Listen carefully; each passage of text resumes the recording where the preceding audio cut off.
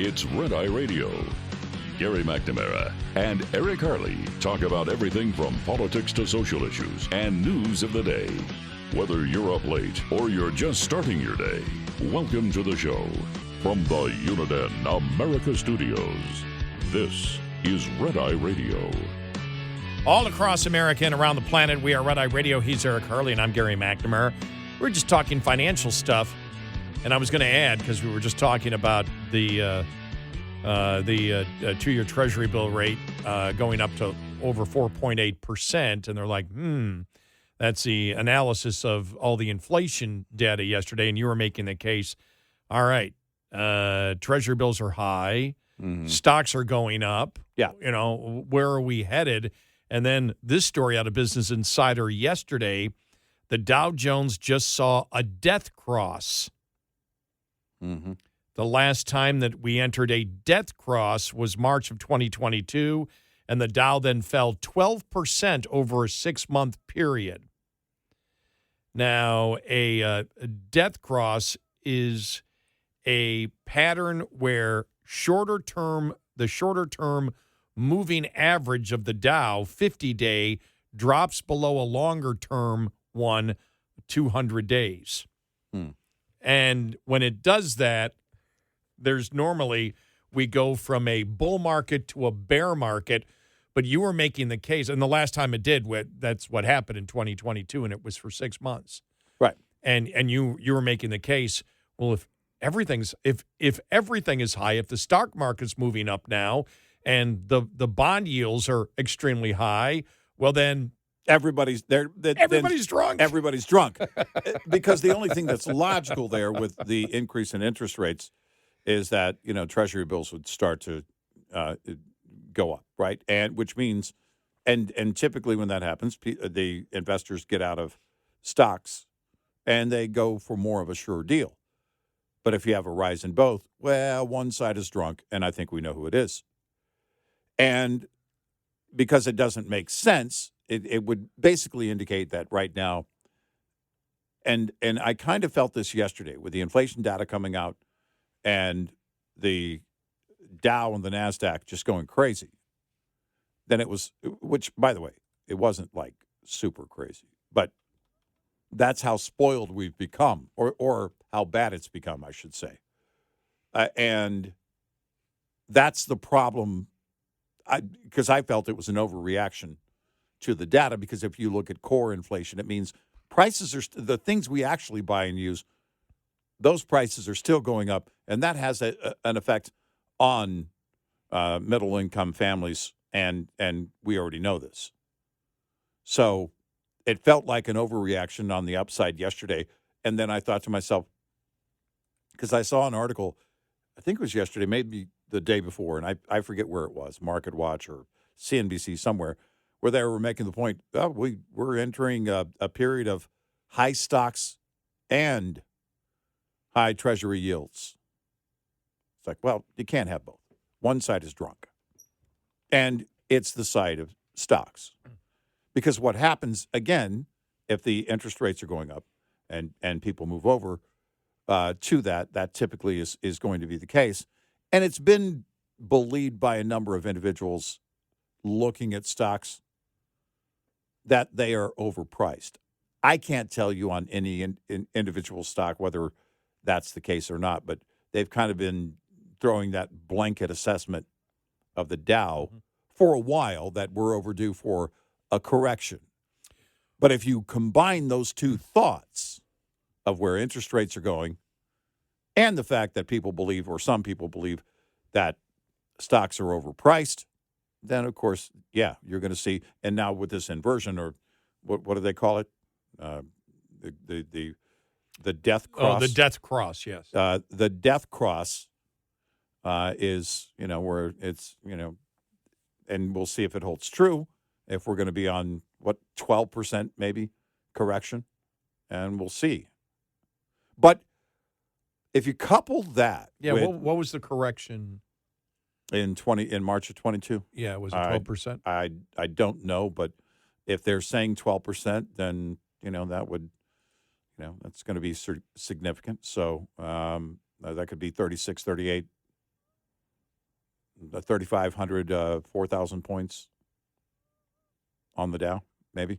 Now you Yeah, look, yeah, it fell 12%. It fell Okay. 12% over a 6-month period. Yeah. So, all right. So then if you couple that with those who believe now that, and there are more saying what we're going to start seeing is a higher unemployment and now a direct path to a recession. I haven't seen anyone quantify it. Let's say it's going to be, oh, we're hitting rock bottom, or it's only going to be mild, or any of that. I haven't seen that. But I've been asking the question in my head as I see more and more analysis that mentions the R word. What's the definition of recession? Because we changed that, remember? Mm-hmm. Well, no, it's no longer 2 periods of back-to-back negative growth. So I don't know what they mean by recession. It's whatever Karine Jean-Pierre Exactly. decides Whatever for says that in the particular book. day. Well, the thing is, too, because they talk about, well, this is where we go from a bull to a bear market. Mm-hmm. We really haven't been in a bull market. Yeah, this is not a Yeah, a bull I market. don't call I don't call the last year a bull market. I don't believe that to be a bull market. No, and so, yeah, it was 12%, and then the other thing I'm just looking at here, because this is again, you see the as you say, the drunks get in because the inflation numbers are good. Yeah. Well, yeah, the inflation numbers are better. All items 3.2%, but all items are what? How many items are there? Thousands? And what do people actually buy? How does it affect the consumer? Because Biden will be out there now, and I guarantee Karine Jean-Pierre will be out there all this week stating how great the economy is. Now, they can't talk. They haven't talked the deficit in a while, have they? They were mentioning the deficit all the time. They can't do that anymore. Yeah, right. But I expect them to be out there promoting the economy, and that's the one thing. Think about this. That's the one thing that's getting other Democrats angry right now. Mm-hmm. Because now he looks at this and says, well, inflation's going down. I can justify that Bidenomics is a good thing. Yeah. And even we talked about the liberal analyst who said, he better not do that because prices haven't come down. They keep saying inflation's coming down. The inflation rate may be coming down overall, but when you look at, for example, the inflation rate was 3.2, core inflation was 4. But if you look at all of these particular things we're going to mention here, we can show you how they're even higher than core inflation. Food away from home, 5.4%. Food, I love this one. Food from vending machines and mobile vendors, 15% in a year. Food at employee sites and schools, 5.4%. Alcoholic beverages away from home, must mean the bar, 5.3%. Food at home, though, just 2.1%. So you're like, good. Food is coming down, except when you break it down, what food is actually going up. Vegetables, 10.7%. Beefsteaks, 10.6%. Sugar, 8.8%. Baby food and formula, 8.3%.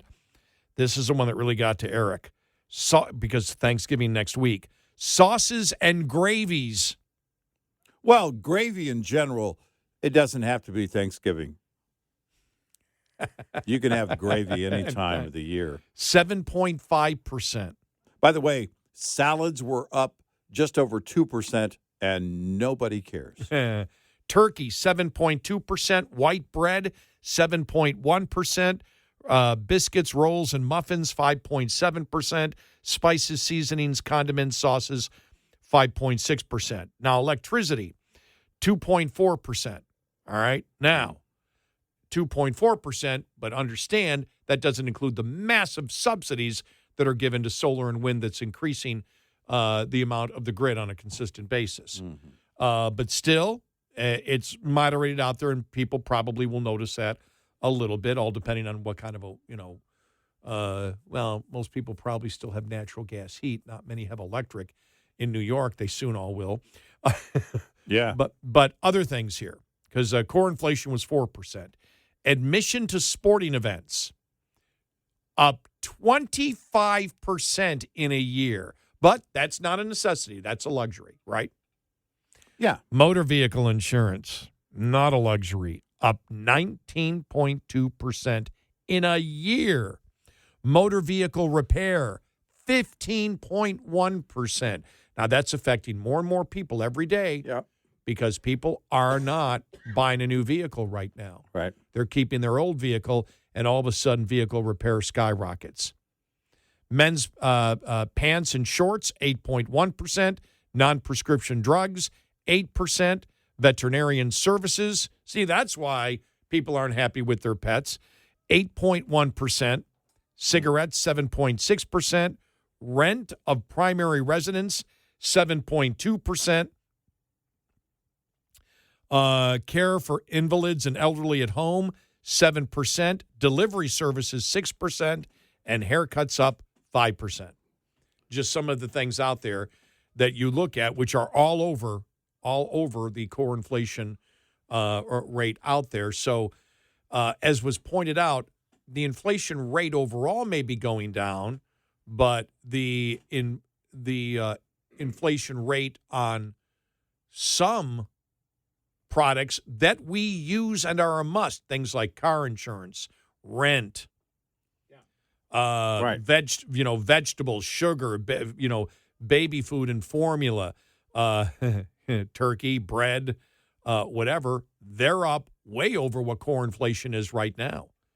And other things that you need, motor vehicle repair, motor vehicle insurance, non-prescription drugs, rent, delivery services, things like haircuts. It's all those all come into it. All are over what core inflation is right now. So it's not going to go away.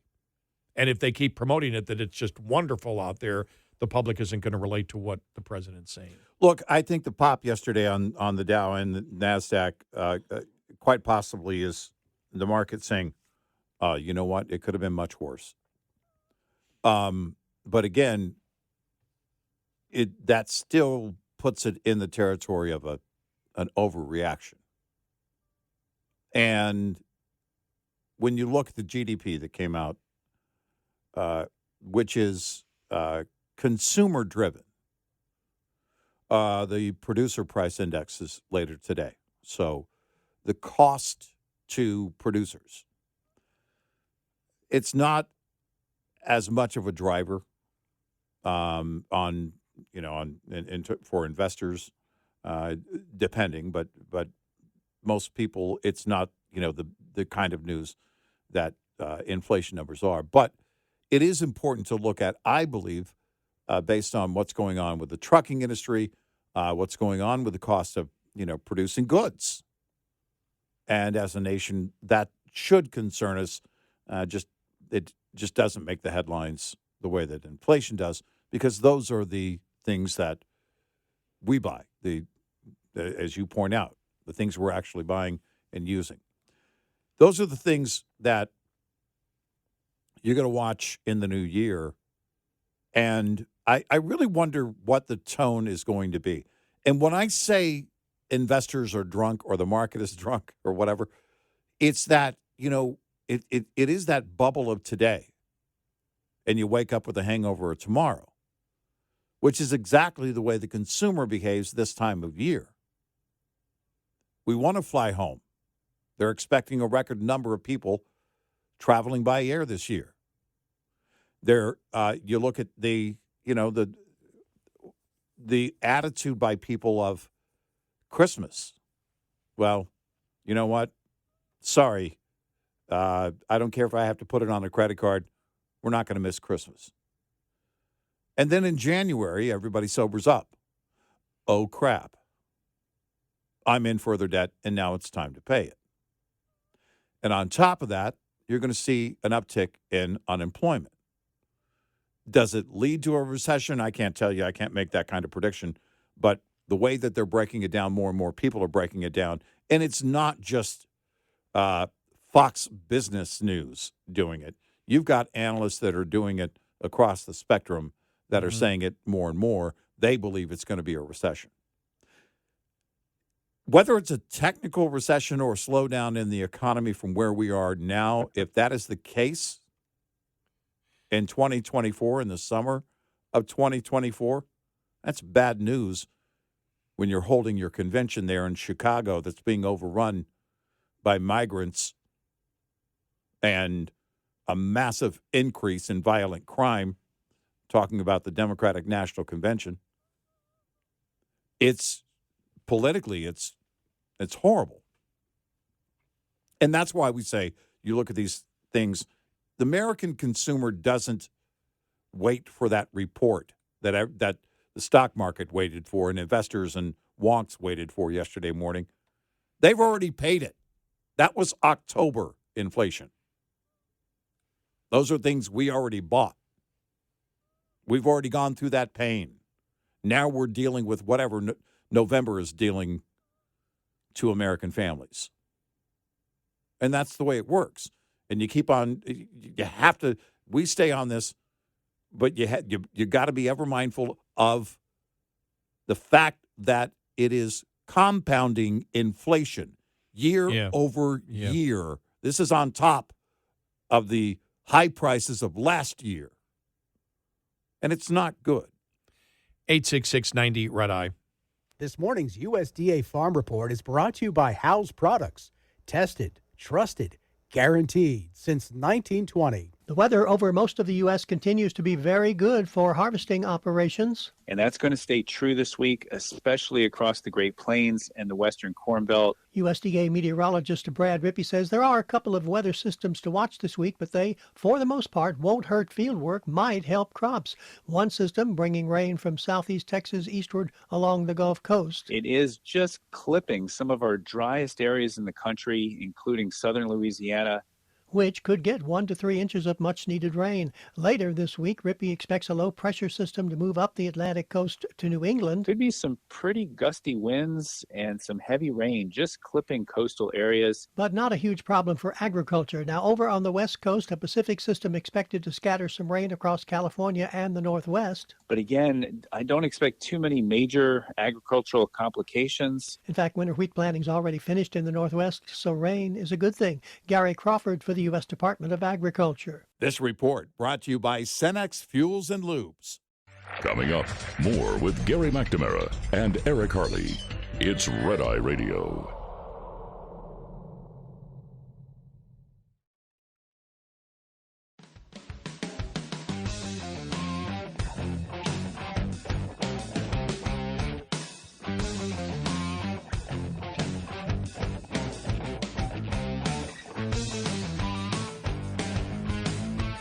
It's Red Eye Radio.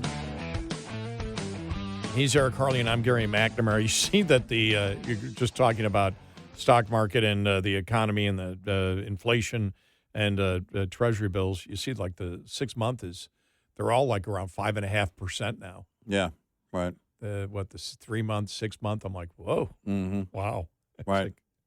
Well, and I saw some analysis yesterday that said that they believe the Fed, because they believe we're going to get to a recession, that by the end of next year, third and fourth quarter maybe, that the Fed would start to bring interest rates down, start reducing interest rates. I don't know what the Fed's going to do. I've never thought that Jerome Powell is actually serious about getting on top of inflation. But imagine that kind of quick turnaround. And they were saying probably somewhere a target rate of 2.25% to 2.5%. And I thought, yeah, I think that's wishful thinking.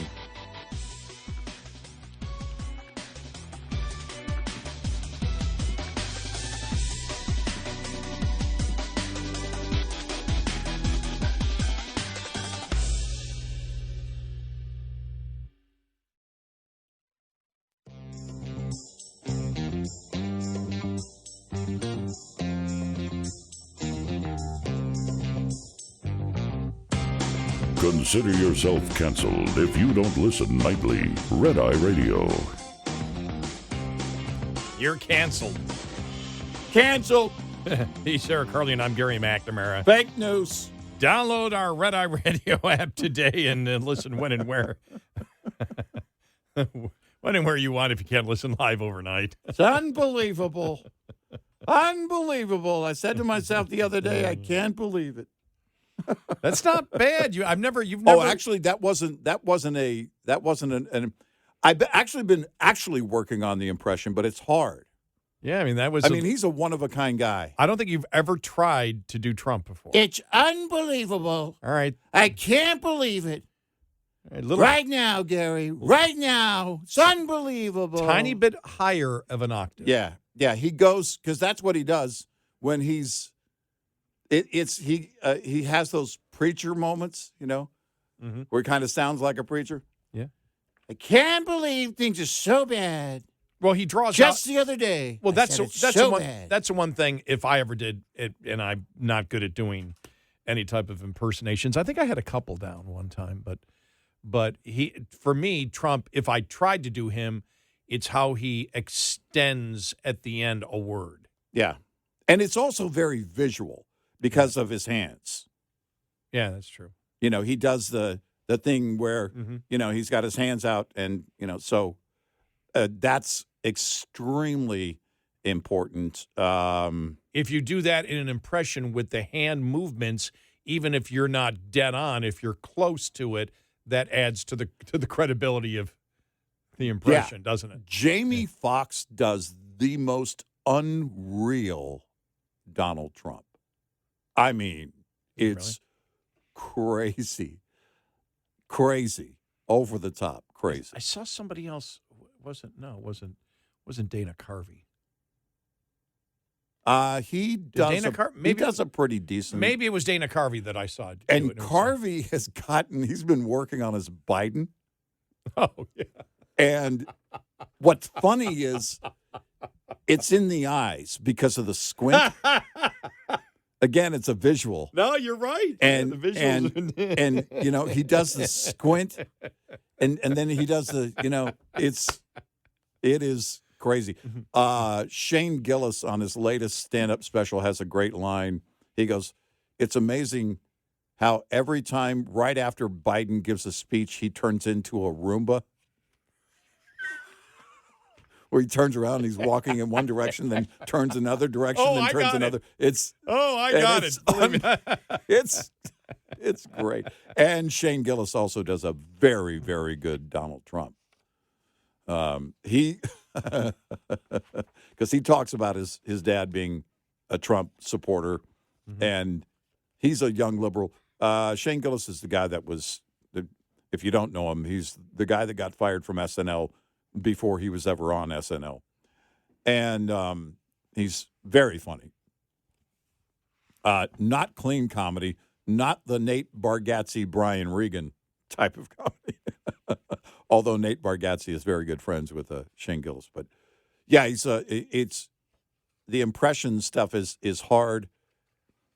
I typically get it worked out about the time they're no longer in American politics. Bush was one example. I appreciate all the good Americans out there supporting my time as president. Do you miss me? I remember I wasn't working with you, but when you started doing that, people complained. Oh, we couldn't. Yeah, I wasn't working with you at that point. Yeah, no, Republicans didn't want you. You couldn't make jokes. It was like, the back people don't remember, but Jeff Foxworthy, when he first started making redneck jokes, yeah, it was self-deprecating, and they didn't realize that.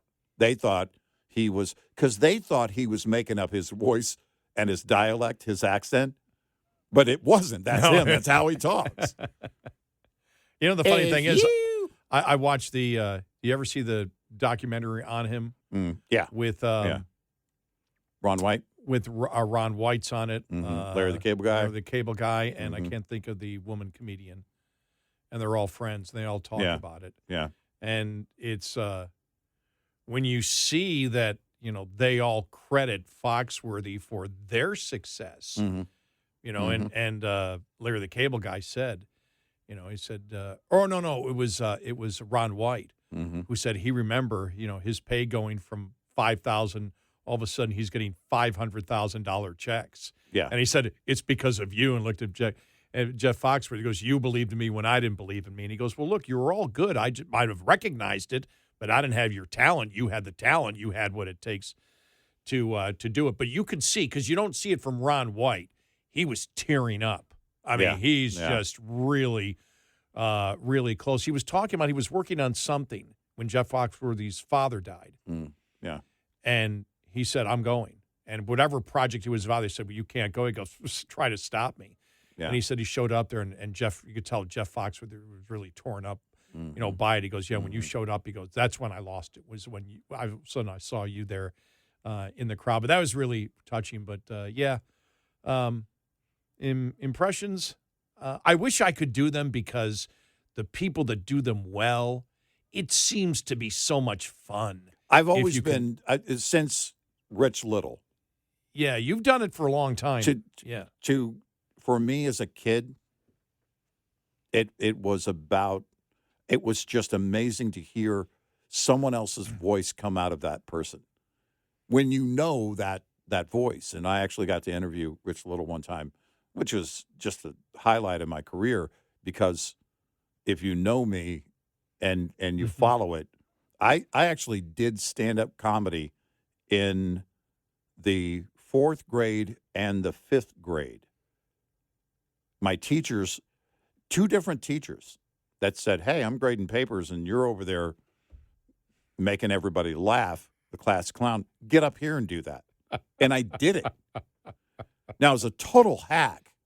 I was getting all my material from last night's Tonight Show, whatever comedian was on there. And I did it.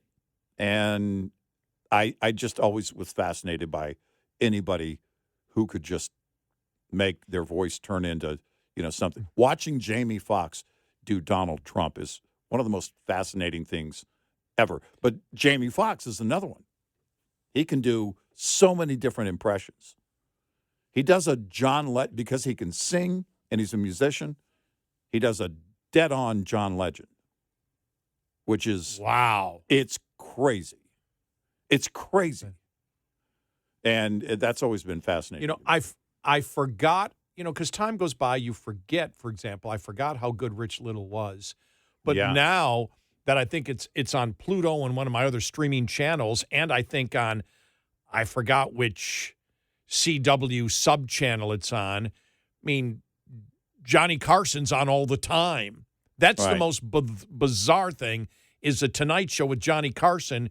You can find, if you've got the streaming channels, and Pluto is free, but there's a Johnny Carson channel. Yeah. It just plays Yeah. the Tonight Show 24/7. Yep. And the amazing thing is, I've actually caught myself, and it would be normally on a Friday night, nothing's going on, and I'm on the computer, I'm doing stuff, but I'm on the recliner with the laptop or my phone doing stuff. Mm-hmm. And all of a sudden I'll put it on, and there's like a comfort zone. And I'm like, my God, I'm going back to my days in college, where I remember in college I had to watch the first 15 minutes, the monologue. Yeah. You had to stay up. Now, that was East Coast. It was 11:30. So you stayed up till, and maybe if Rickles was on, then you had to stay. But there was one where Rich Little was on, and Rich Little was the guest host. And he was doing everything. Yeah. He must have done 20 impressions. And, I mean, it was just great. Yeah. You ever see when, because it's on YouTube, Jimmy Fallon doing Seinfeld? Oh, yeah. With Seinfeld there as the guest, doing it in front of him. Yeah. And then one time they did Seinfeld on Seinfeld, where Jerry was on one side and Fallon was on the other. It was great. It was great. Great. And it's weird watching also some actors that you don't realize, like Titus Welliver, who stars in Bosch, and a number of things.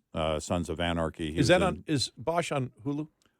Bosch is on Amazon, and now where the series is continuing, Bosch Legacy, I think it's called. is Michael Connolly Books. That's Bosch was Okay. part of the Michael Connolly book series, and it's on and Bosch Legacy, which is his daughter is now a cop and he's retired, and he's like a private detective. But I'm going to watch. That's on Freevee or whatever the Okay. Amazon is with commercials. Okay, I think that's. I You think can- that's Free. I think maybe that's Freevee. Freevee. Yeah. But I did see it on one of my channels. I'm Yeah. like, okay, Eric mentioned it. I got to watch You it. got to go back and watch the original Amazon Right. because it's great. I think he does the character justice. I love Michael Connolly, who was at one time a crime reporter and then turned into a great author. But Titus Welliver does this. He can do the entire spectrum of Al Pacino.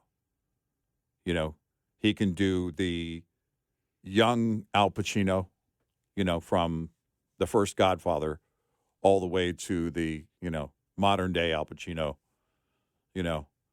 hoo-ah, that one. So and it's wild to watch him go through that, and you don't even think of him as being somebody who can do impressions. Because I sit and think. I mean, there's not. I still don't think there's going to be a debate this year. I just don't think Biden will do a debate. Mhm. And if Biden doesn't do the debate, Trump will just, he'll taunt if both of them are the final are the nominees.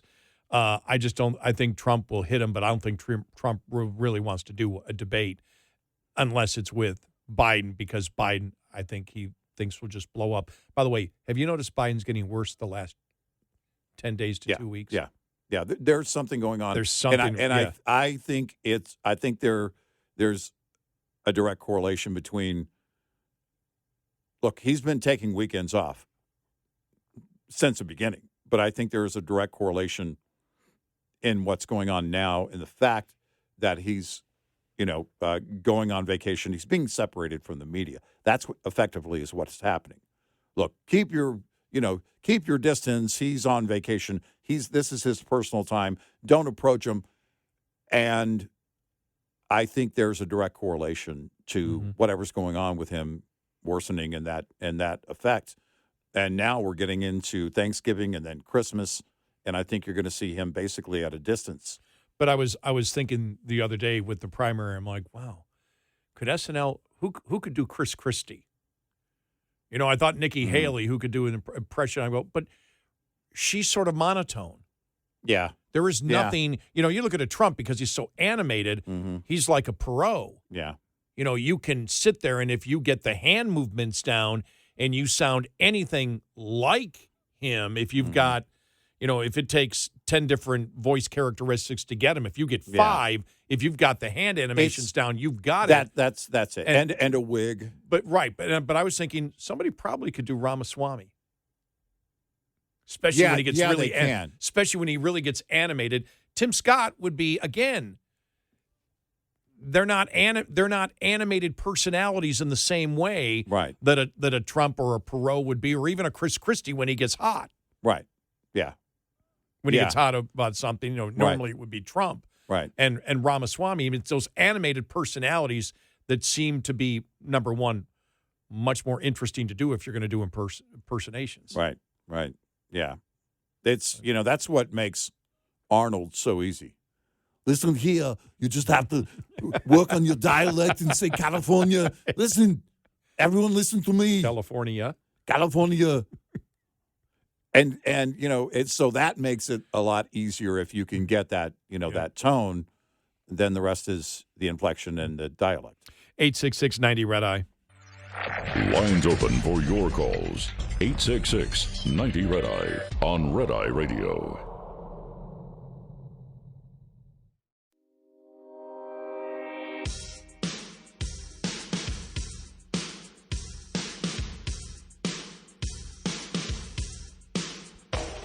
It's Red Eye Radio. He's Eric Harley, and I'm Gary McNamara. Okay, what were you telling me earlier? What financial numbers now come out in the next couple days? Today, the Producer's Price Index. So Is that the wholesale? that will, That's producer price index. Yeah, That's so wholesale inflation. that will basically give us an idea of, where it kind of can be a leading indicator on overall inflation. We'll see. but that's later this morning. So it will be interesting to watch, too, if the market sobers up as early as today. It always does. Right. Well, Dow futures right now, I think, are still, let me double check. Yeah, still up, but that doesn't really, this early doesn't mean anything. I mean, it could be a massive day or it could be a down day. The futures really don't tell you the whole story. They just tell you, again, it's a snapshot of where we are in the moment. And we'll see whatever data, if there is a response at all to the producer price index, which hits here in a few hours. And the president meeting with President Xi today. Yeah. So yeah. Well, we'll there's see a what lot comes of from talk that. about trade with China and how it's affecting the economy and everything else. So maybe the market responds to that. Who knows?